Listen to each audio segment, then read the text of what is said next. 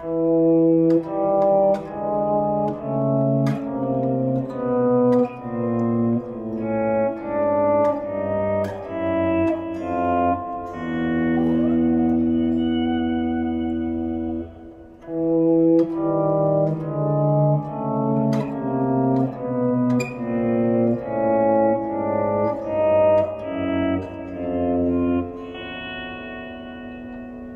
wanted to spend a few moments and go over an idea for contrary motion lines and how they appear on the board. It's a way of seeing the board and thinking about when to switch strings, and I'm going to go over some of that right now.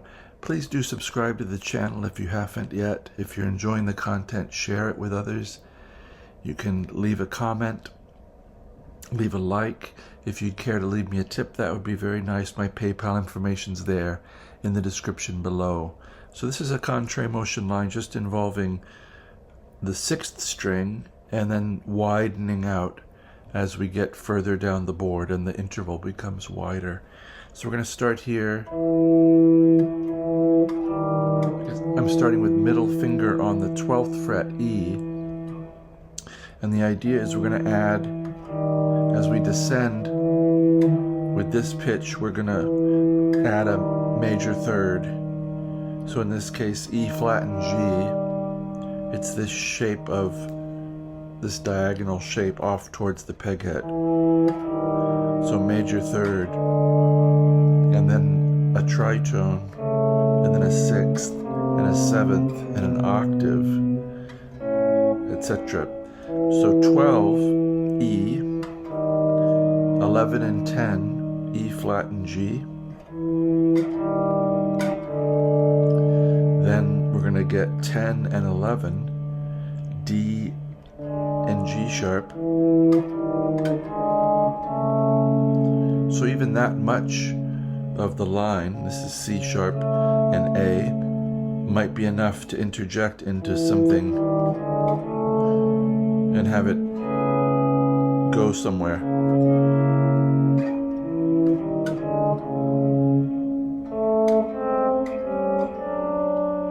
Just as a little, almost a barbershop quartet kind of harmonic movement. But we're going to continue.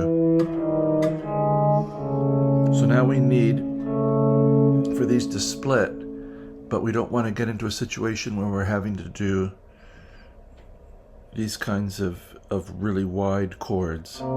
So we're going to switch strings. So it's as if we've started somewhere, widened out, and then we've collapsed again into a small group that's going to widen out. So this is 8 and 8, C and B flat. They're going to move to B and B and B. I think it's interesting that we started on E and we have double B's, and now, so we could widen out again for B flat and C, but we're going to do it this way.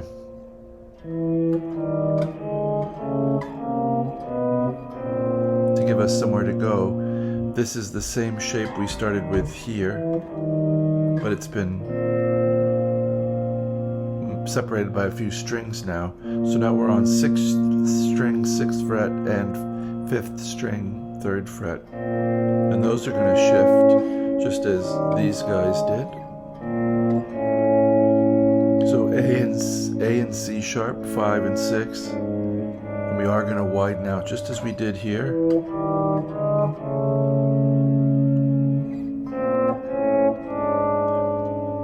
So A flat and D, 4 and 7. And now we're going to get, because of the 2nd string, we're not going to get our straight across.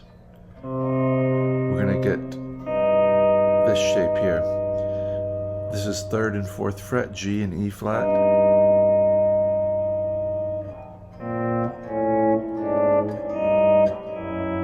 Then we're going to widen out to a 7th here. 2nd and 5th fret of the 6th and 2nd strings. Then we have an octave. I'm getting it with a bar first and first fret Fs, and then you get a payoff here, E and F sharp at the end.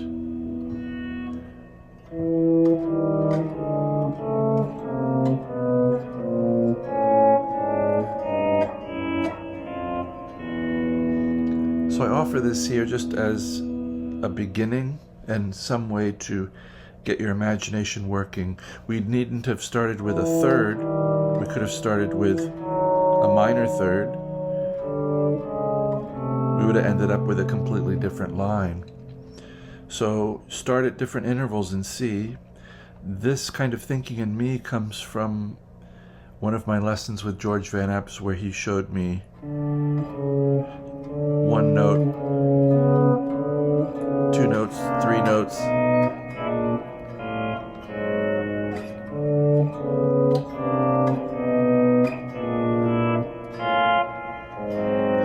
I'll put a link to the lesson video I did on that chromatic contrary motion line that George showed me. As always, I hope you're enjoying your time with your instrument. Maybe you get your guitar out and try to play along with these things. That would make me very glad. That's what this channel is for. I hope we can be a part of your growth and a source of inspiration, possibly. And as always, I do wish you a very good day.